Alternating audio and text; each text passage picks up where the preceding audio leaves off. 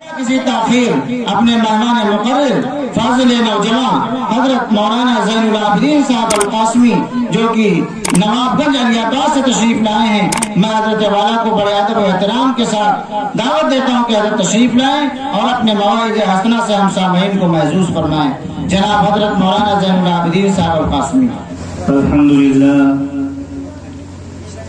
الحمدللہ رب العالمین والصلاة والسلام على سيد الأنبياء والمرسلين وعلى آله وأصحابه أجمعين والعاقبة للمتقين، أما بعد فأعوذ بالله من الشيطان الرجيم، بسم الله الرحمن الرحيم، ولا تقولوا لمن يقتل في سبيل الله أموات بل أحياء ولكن لا تشعرون، صدق الله العلي العظيم۔ اسٹیج پر رونق افروز علماء کرام و حفاظ اعظام، جلسے گاہ میں تشریف لائے ہوئے سامعین دی وقار، پردہ نشین ماں اور بہنوں،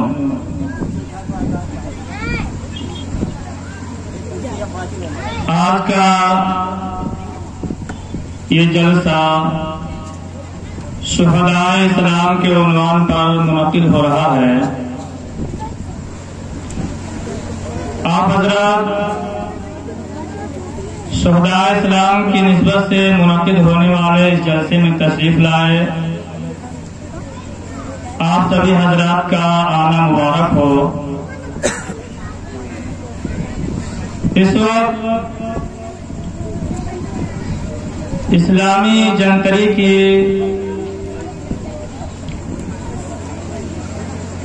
بلکہ اسلامی کیلنڈر کے پہلے مہینے محرم کی 6ٹھی تاریخ تھی، دن میں 6ٹھی تاریخ تھی لیکن اب 7ویں تاریخ شروع ہو چکی ہے۔ محرم کا جب مہینہ آتا ہے تو شہداء اسلام کے عنوان سے مختلف قسم کے جلسے اور پروگرام ہوتے ہیں اور اس کا خاص مقصد ہوتا ہے۔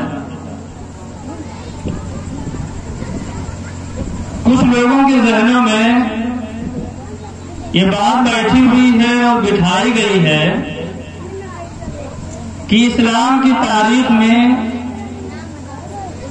صرف ایک ہی شخصیت ایسی ہے جس کو شہادت کا درجہ ملا ہے، اور وہ شخصیت ہے نواز رسول جگر گوشے بطول حضرت حسین رضی اللہ تعالیٰ عنہ کی۔ انہی کی شہادت کی آڑ کو لے کر اور محرم کے 10 دنوں میں غم کے نام پر طرح طرح کے خرافات کرتے ہیں اور انہی کا تذکرہ کرتے ہیں اور اس انداز سے ان کا تذکرہ کرتے ہیں کہ لگتا ہے اسلام کی تاریخ میں صرف انہی کو شہادت ملی ہے۔ لیکن آج کا جو جلسہ منعقد ہو رہا ہے اور جلسے کے اشتہار میں اور بینر میں اس جلسے کا جو عنوان لگایا گیا ہے شہداء اسلام، اس کے ذریعے سے یہ بات بتلانا ہے کہ اسلام کی تاریخ میں صرف ایک شہید نہیں ہے بلکہ بہت سے شہید ہیں۔ شہداء کا مطلب ہی ہے بہت سے شہید۔ اگر ایک ہی آدمی شہید ہو تو اس کو شہید کہیں گے، لیکن جب ایک سے زیادہ آدمی شہید ہو تو اس کو شہداء کہتے ہیں۔ تو شہداء اسلام کا مطلب ہوا کہ اسلام کی تاریخ میں بہت سے ہستیوں نے جام شہادت نوش کیا ہے۔ تو جب تذکرہ کیا جائے تو صرف ایک شہید کی شہادت کا تذکرہ نہ ہو بلکہ ایک سے زیادہ اور بھی شہید جو ہوئے ہیں ان کا بھی تذکرہ ہونا چاہیے۔ اور حضرت حسین رضی اللہ تعالیٰ عنہ کی شہادت اس مہینے کے اندر ہوئی، مسلم ہے، مانتے ہیں، اور ان کی شہادت بھی انتہائی مظلومانہ طریقے سے ہوئی، اس کو بھی ہم مانتے ہیں، لیکن اسلامی تاریخ میں ان کے علاوہ بھی اور بھی ایسے شہداء ہیں جن کی شہادت انتہائی مظلومانہ طریقے سے ہوئی ہے، لیکن ہم ان کا تذکرہ نہیں کرتے ہیں، لوگوں نے ان کو بھولا رکھا ہے، اور حضرت حسین رضی اللہ تعالیٰ عنہ کی شہادت کو ایسے انداز سے پیش کرتے ہیں کہ لگتا ہے سب سے زیادہ مظلوم یہی ہے، اور انہی کی شہادت دردناک طریقے سے ہوئی ہے، اور ان کے علاوہ کوئی نہیں ہے، اور ان کی شہادت کی وجہ سے اس پورے مہینے کو ہی غم کا مہینہ قرار دے دیا گیا۔ جب محرم کا چاند نکلتا ہے تو لوگوں کے دماغ میں بات آ جاتی ہے کہ غمی کا چاند نکل آیا، محرم کے چاند کو غمی کا چاند نہ رکھ دیا، اور صرف نامی کا رکھا، بلکہ محرم کا مہینہ شروع ہوتے ہی سارے خوشیوں کے کام کو بند کر دیتے، اور محرم کے مہینے میں خوشی کا کوئی کام نہ، شادی بیاہ کریں گے، نہ منگنی تاریخ کریں گے، نہ عقیقے کریں گے، یعنی خوشی کا کوئی کام نہیں کریں گے۔ کیوں؟ اس لیے کہ غم کا مہینہ ہے۔ عجیب کیوں غم کا مہینہ ہے؟ اس لیے کہ اس مہینے میں نواسے رسول کی شہادت ہوئی۔ اچھا، تو کسی کی شہادت کی وجہ سے مہینہ غم کا مہینہ ہو جاتا ہے؟ اگر یہی بات ہے کہ کسی کی شہادت کی وجہ سے کوئی مہینہ غم کا مہینہ ہو جاتا ہے، تو کیا نبی اکرم صلی اللہ علیہ وسلم کے زمانے میں اور آپ کی نگاہوں کے سامنے کسی کی شہادت نہیں ہوئی ہے؟ نبی اکرم صلی اللہ علیہ وسلم بذات خود کئی غزوات کے اندر شرکت کی ہے، کئی لڑائیوں میں شریک ہوئے ہیں، جو دشمنان اسلام سے بڑی بڑی لڑائیاں ہوئی ہیں، غزوہ احد ہو، غزوہ بدر ہو، غزوہ خندق ہو، غزوہ حنین ہو، بڑی بڑی جو لڑائیاں ہوئی ہیں، ان لڑائیوں میں نبی اکرم صلی اللہ علیہ وسلم بذات خود موجود تھے، اور آپ کی نگاہوں کے سامنے بڑے بڑے صحابہ اس میں شہید ہوئے، لیکن کسی بھی صحابی کی شہادت کے بعد نبی اکرم صلی اللہ علیہ وسلم نے یہ اعلان نہیں کیا کہ میرے صحابہ فلاں کی شہادت ہو گئی ہے، اب اس مہینے کو یا اس تاریخ کو یا اس دن کو غم کا مہینہ منانا ہے۔ غزوہ احد کی لڑائی بہت مشہور لڑائی ہے، مدینہ منورہ سے کچھ دور ہی پہاڑی ہے احد نام سے، اسی کے بعد میدان میں لڑائی ہوئی، اس لڑائی میں نبی اکرم صلی اللہ علیہ وسلم بھی شریک تھے، اور کئی صحابہ تقریباً 70 صحابہ اس کے اندر شہید ہوئے۔ ان شہید ہونے والوں میں ایک صحابی حضرت حمزہ رضی اللہ تعالیٰ عنہ تھے، جو نبی اکرم صلی اللہ علیہ وسلم کے چچا تھے، اور ان کو انتہائی دردناک طریقے سے شہید کیا گیا، ان کے کان کاٹ لیے گئے، ان کے ناک کاٹ لیے گئے، ناک کاٹ کاٹ کر ان کے گلے کا ہار بنا دیا گیا، ان کے پیٹ کو چیر دیا گیا، یعنی انتہائی مظلومانہ طریقے سے ان کو شہید کیا گیا۔ جب نبی اکرم صلی اللہ علیہ وسلم نے اپنے چچا کو اس حالت میں دیکھا تو آپ کی آنکھوں میں آنسو بھر آئے، لیکن نبی اکرم صلی اللہ علیہ وسلم نے یہ اعلان نہیں فرمایا کہ میرے چچا حضرت حمزہ کی شہادت مظلومانہ طریقے سے ہوئی، لہذا آج کے دن کو اب تم لوگ غم کا دن مناؤ، ایسا نہیں ہوا۔ اس لیے کہ شہادت پہ غم کی چیز ہے ہی نہیں، شہادت تو ایک پسندیدہ چیز ہے، محبوب چیز ہے، موجود چیز ہے، ہر مومن کو اس کی تمنا کرنی چاہیے کہ اے اللہ ہم کو شہادت کی موت عطا فرما، ہر مومن کو دعا کرنا چاہیے کہ اے اللہ ہم کو شہادت کی موت عطا فرما۔ ہر انسان کو مرنا ہے، جو دنیا کے اندر آیا ہے اس کو ایک دن جانا ہے، اس کو ایک دن مرنا ہے، اور مرنے کی شکلیں مختلف ہیں، کوئی اسپتال میں مر رہا ہوتا ہے، کوئی سڑک پر ایسی جنگ میں مر رہا ہوتا ہے، کوئی ٹرین کے نیچے آ کر مر رہا ہوتا ہے، کوئی پھانسی لگا کر مرتا ہے، کوئی دریا میں ڈوب کر مرتا ہے، کوئی لڑائی میں مرتا ہے، کوئی بستر پر مر رہا ہے، کوئی گھر کے باہر مر رہا ہے، کوئی بدیش مر رہا ہے، کوئی کہیں مر رہا ہے، مرنا سب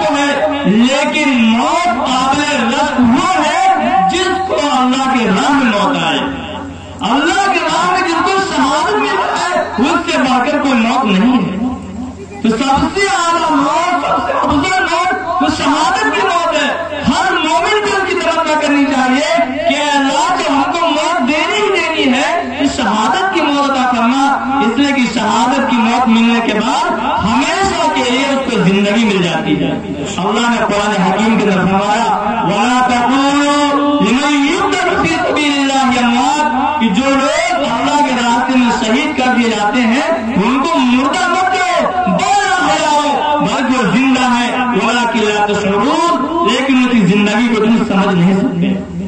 یعنی شہادت کی موت ملنے کے بعد انسان کو ہمیشہ کی زندگی مل جاتی ہے، اس سے بڑھ کر انسان کی اور کیا چیز قیمتی ہو سکتی ہے؟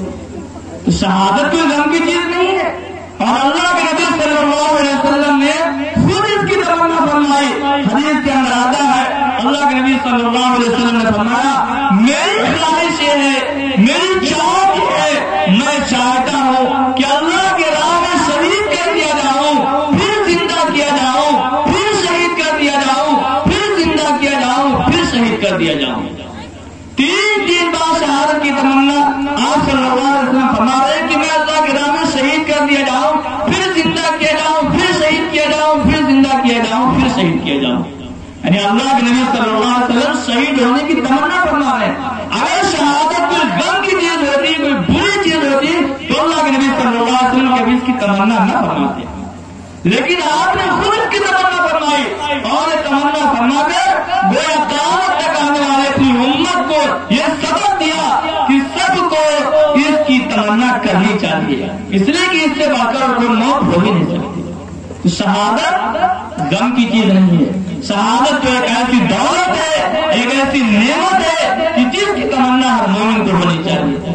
لیکن عجیب حال ہے کہ حضرت حسین رضی اللہ تعالیٰ عنہ کو اتنی بڑی شہادت اور اتنی بڑی دولت ملنے کے بعد ہم نے اس مہینے کو غم کا مہینہ قرار دے دیا۔ اگر شہادت کی وجہ سے کسی مہینے کو غم کا مہینہ کہا جائے تو سال کے 12 مہینے غم کے مہینے کیوں ہو جائیں گے؟ اس لیے کہ اسلامی تاریخ اٹھا کر آپ دیکھیں گے، پائیں گے شہیدوں کی زندگی کا مطالعہ کریں گے تو آپ کو معلوم ہوگا کہ سال کے 12 مہینے میں سے کوئی مہینہ ایسا نہیں ہے جس میں کسی شہید کی شہادت نہ ہوئی۔ جب ہر مہینے میں شہیدوں کی شہادت ہوئی ہے تو کیا ہر مہینے کو غم کا مہینہ منایا جائے گا؟ بلکہ مہینے سے بڑھ کر تاریخ، ہر تاریخ میں کسی نہ کسی کی شہادت میں جائے گی تو کیا ہر مہینہ، ہر تاریخ اور ہر دن کو غم کا مہینہ، غم کی تاریخ اور غم کا دن ہی منایا جائے؟ اور اگر بات یہ ہے کہ حضرت حسین رضی اللہ تعالیٰ کی شہادت مظلومانہ طریقے سے ہوئی تو ان سے زیادہ مظلومانہ طریقے سے شہادت حضرت حمزہ رضی اللہ تعالیٰ کی ہوئی تھی، اور یہ وہ صحابی ہیں جن کو اللہ کے نبی صلی اللہ علیہ وسلم نے اپنی زبان مبارک سے فرمایا سید الشہداء حمزہ، کہ سارے شہیدوں کے سردار حضرت حمزہ رضی اللہ تعالیٰ۔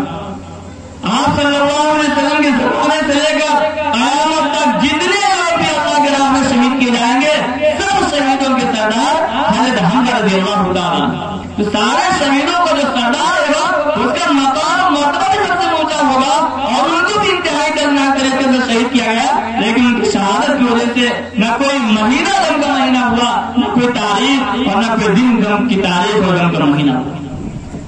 اور اس سے بھی زیادہ مظلومانہ طریقے سے شہادت اسلام کی تاریخ میں سب سے پہلی جس عورت کی شہادت ہوئی ہے وہ حضرت سمیہ رضی اللہ تعالیٰ عنہا ہے۔ ان کے بارے میں آتا ہے کہ ابو جہل نے 2 اونٹ منگائے۔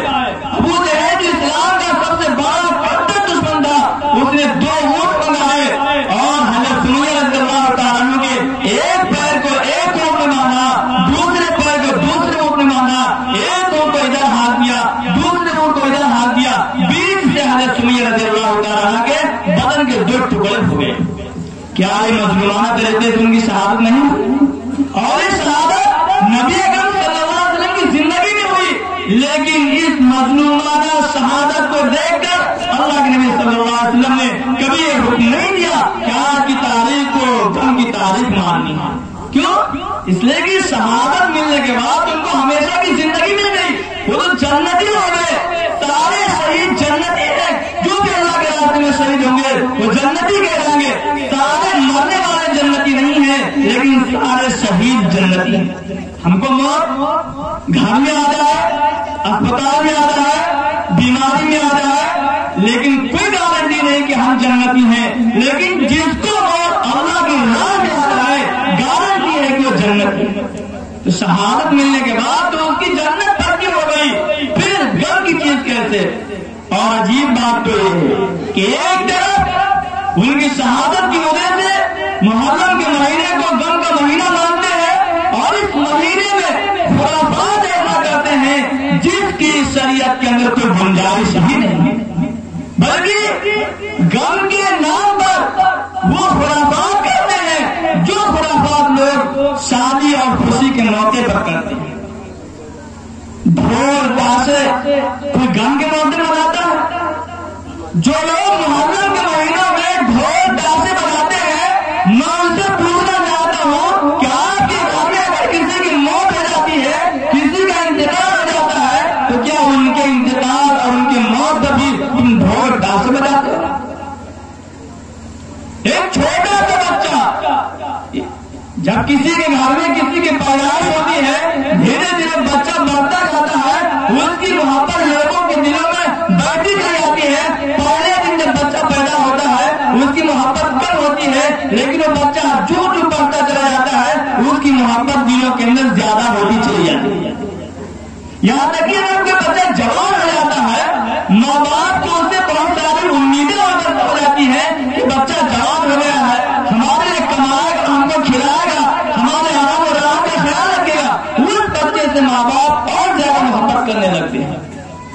تو جوان بچے سے تو محبت زیادہ ہوتی ہے, لیکن ایک بچہ آج ہی دنیا میں آیا ہو, آج ہی پیدا ہوا ہو, جس کی ابھی محبت دلوں کے اندر نہ بیٹھی ہو, اس کا بھی اگر انتقال ہو رہا ہے تو کیا کوئی ڈھول تاشے بجائے؟ کیا کوئی موبائل چلا کر بیٹھ کر دیکھے گا؟ کیا کوئی خوشی کا کام کر سکتا ہے؟ بالکل نہیں. تو جب اپنے گھر میں یہ واقعہ پیش آنے کے بعد ہم کام نہیں کر سکتے ہیں, تو حضرت حسین رضی اللہ تعالیٰ جو نوازِ رسول ہیں, جنہوں نے اسلام کے لیے, اسلام کی سربلندی کے لیے, اسلام کی اشاعت کی حفاظت کے لیے جنہوں نے اپنی جان خدا کے حوالے کی, ان کے شہادت کے موقع پر ہم ڈھول تاشے بجاتے ہیں.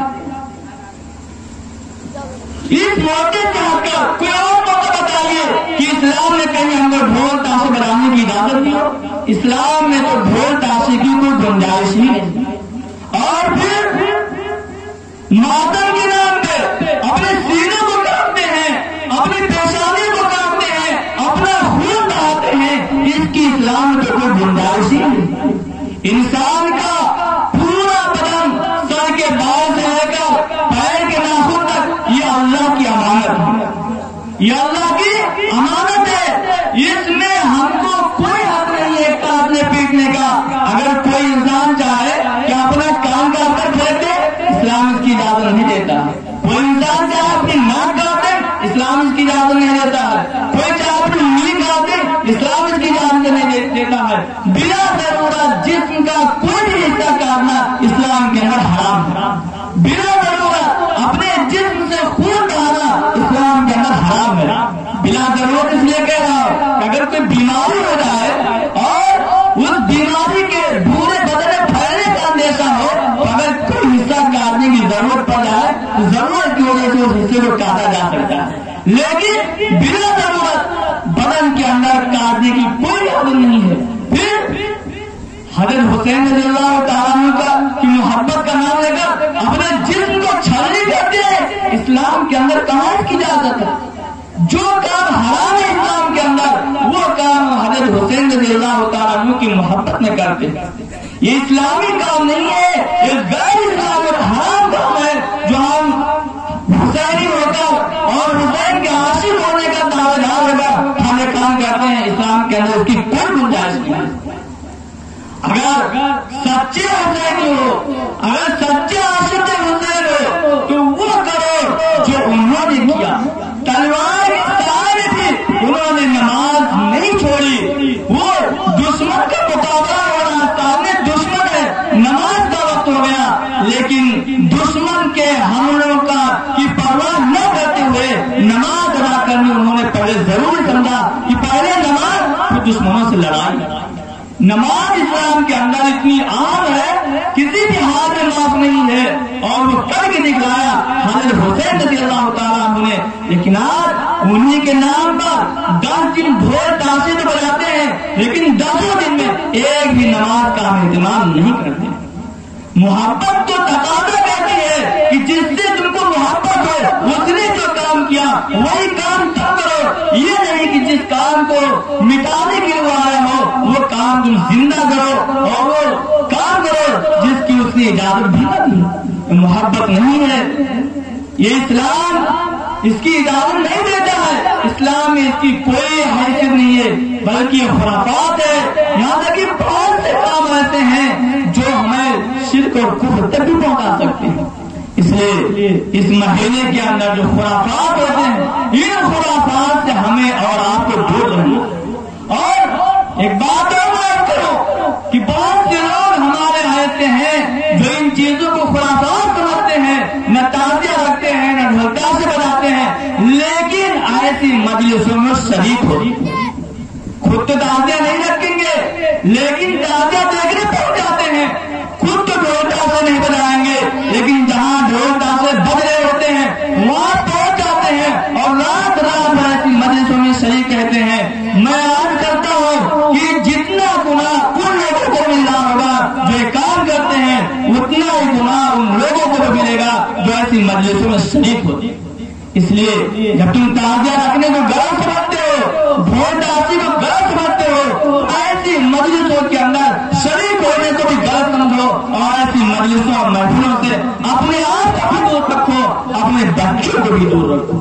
بہت سے لوگ کہہ دیتے ہیں کہ جی بچے نہیں مانتے ہیں، بچوں کو دکھانے جا رہے ہیں۔ بچے کیسے نہیں مانتے ہیں؟ آپ کے کنٹرول میں بچے نہیں ہیں کیا؟ بچہ اگر ایک چاقو لے کر اپنا ہاتھ کاٹنے لگے تو کیا آپ اس بچے سے چاقو نہیں چھوڑیں گے؟ بچہ اگر ضد کرنے لگے، رونے لگے تو کیا آپ چھوڑو گے کہ بچہ نہیں مان رہا ہے لو ہاتھ کاٹ لیں گے؟ تو بچے سے اگر محبت ہے تو اس کی جان کی تم حفاظت کرتے ہو، ایسے بچے سے محبت کا تقاضا یہ ہے کہ اس کو بھی جہنم سے بچاؤ۔ آج تم نہیں روکو گے ان مجلسوں میں جانے سے اپنے بچوں کو تو یہ بچے کل بڑے ہوگا اس میں جائیں گے اور ہو سکتا ہے یہ کام وہ کرنے لگے۔ اس لیے کہ جب ان کو ایسی مجلسوں کے اندر لے جاؤ گے اس مجلسوں کی محبت ان کے دل میں بیٹھے گی، ان مجلسوں سے نفرت ان کے دل کے اندر نہیں بیٹھے گی۔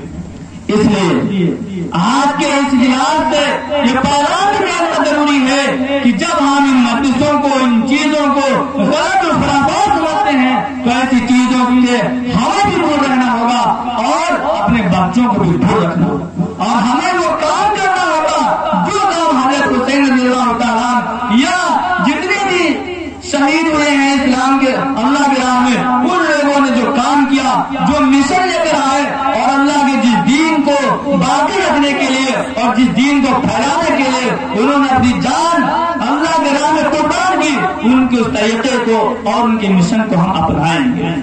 اگر ہمیں شہداء کی محبت ہے، عشق ہے، تو اس کا تقاضا یہ ہے کہ ہم ان کی پیروی کریں، ان کے نقش قدم پہ چلیں۔ یہ نہ ہو کہ زبان پر تو محبت، زبان پر دعویٰ محبت کا ہے، عشق کا ہے، مگر عمل ہمارا ان کے خلاف ہے۔ ایسا ہرگز نہیں ہونا چاہیے۔ محبت کا تقاضا یہ نہیں ہے، محبت کا تقاضا اطاعت ہے، فرما برداری ہے، نقش قدم پر چلنا ہے۔ اس لیے ہمیں اگر اس سے محبت ہے تو اس مہینے کے اندر ہمیں نمازوں کا اہتمام کرنا چاہیے۔ یہ مہینہ غم کا مہینہ نہیں ہے، یہ مہینہ تو خوشی کا مہینہ ہے، اس حیثیت سے کہ ہمارے اسلامی جنتری کا یہ پہلا مہینہ ہے، اسلامی سال کے پہلا مہینہ ہے۔ اس پہلے مہینے سے ہمارے سال کی شروعات ہوتی ہے۔ اگر ہم نے پہلے مہینے ہی کو غم کا مہینہ قرار دے دیا تو پھر آگے کے مہینے تو ہمارے لیے سب غم کے ہوتے چلے جائیں گے۔ اس لیے یہ غم کا مہینہ نہیں ہے، ذہن سے اس بات کو بالکل نکال دینا چاہیے کہ یہ غم کا مہینہ نہیں ہے۔ یہ مہینہ تو وہ ہے کہ اللہ کے نبی صلی اللہ علیہ وسلم نے فرمایا شہر اللہ المحرم، محرم اللہ کا مہینہ ہے۔ مہینے سارے اللہ کے ہیں لیکن اس مہینے کو خاص فضیلت حاصل ہے جس کی بنا پر اللہ کے نبی صلی اللہ علیہ وسلم نے فرمایا کہ یہ مہینہ اللہ کا مہینہ شہر اللہ المحرم۔ اور اس مہینے کی جو 10ویں تاریخ ہے، یہ 10ویں تاریخ کو بہت پہلے سے فضیلت حاصل ہے. جب رمضان المبارک کے روزے فرض نہیں ہوئے تھے اس وقت محرم کی 10ویں تاریخ کا روزہ فرض تھا. پہلے اسی دن کا روزہ فرض تھا, لوگ اسی دن روزہ رکھتے تھے. لیکن جب رمضان کے روزے فرض ہو گئے تو اللہ کے نبی صلی اللہ علیہ وسلم نے اعلان فرمایا کہ آپ جس کا جیتا ہے 10ویں محرم کو روزہ رکھے, جس کا جیتا ہے نہ رکھے, اس لیے کہ اب اس کی فرضیت ختم ہو گئی. اب رمضان کے روزے فرض ہو گئے, اس کے روزے رکھنا ضروری ہے. لیکن اس کے بعد بھی اللہ کے نبی صلی اللہ علیہ وسلم جب تک باحیات رہے ہر سال اس محرم کی 10ویں تاریخ کو روزہ رکھتے تھے. اس لیے کہ 10ویں تاریخ ایک انتہائی اہم دن تھا, انتہائی فضیلت والا دن تھا. اور اس فضیلت کی وجہ یہ نہیں ہے کہ اس دن حضرت حسین رضی اللہ عنہ کی شہادت ہوئی, بلکہ ان کی شہادت سے پہلے ہی سے اس دن کو فضیلت حاصل تھی. تو جب دن آئے ہم اس دن روزہ رکھیں, بہتر یہ کہ 2 روزے رکھیں, 9ویں تاریخ اور 10ویں تاریخ یا 10ویں تاریخ اور 11ویں تاریخ کو, لیکن دونوں نہ سکے تو کم سے کم ہم 10ویں تاریخ کا روزہ رکھیں. لیکن 10ویں تاریخ کو روزہ نہ رکھیں, جو دن روزہ رکھنے کا تھا, عبادت کرنے کا تھا, اس دن کو ہم نے میلے میں گزار دیا, خرافات میں گزار دیا, اللہ کی نافرمانی میں گزار دیا, اور پھر بھی ہم کہتے ہیں کہ ہم عاشق حسین. اس لیے صحیح حاصل کرنا, صحیح باتوں کو جاننا ہمارے ضروری, کیا غلط ہے کیا صحیح ہے. ان جلسوں کے اندر وہی چیزیں بتلائی جاتی ہیں کہ ہمیں کرنا کیا ہے اور کیا نہیں کرنا ہے. جو باتیں بتلائی گئی یا بتلائی جائیں گی یہ اسی لیے تاکہ ہم ان پر عمل کریں اور اپنی زندگی سے رسم و رواج اور خرافات کو دور کریں. اللہ رب العزت ہم سب کو عمل کرنے کی توفیق عطا فرمائے. وآخر دعوانا الحمدللہ رب العالمین.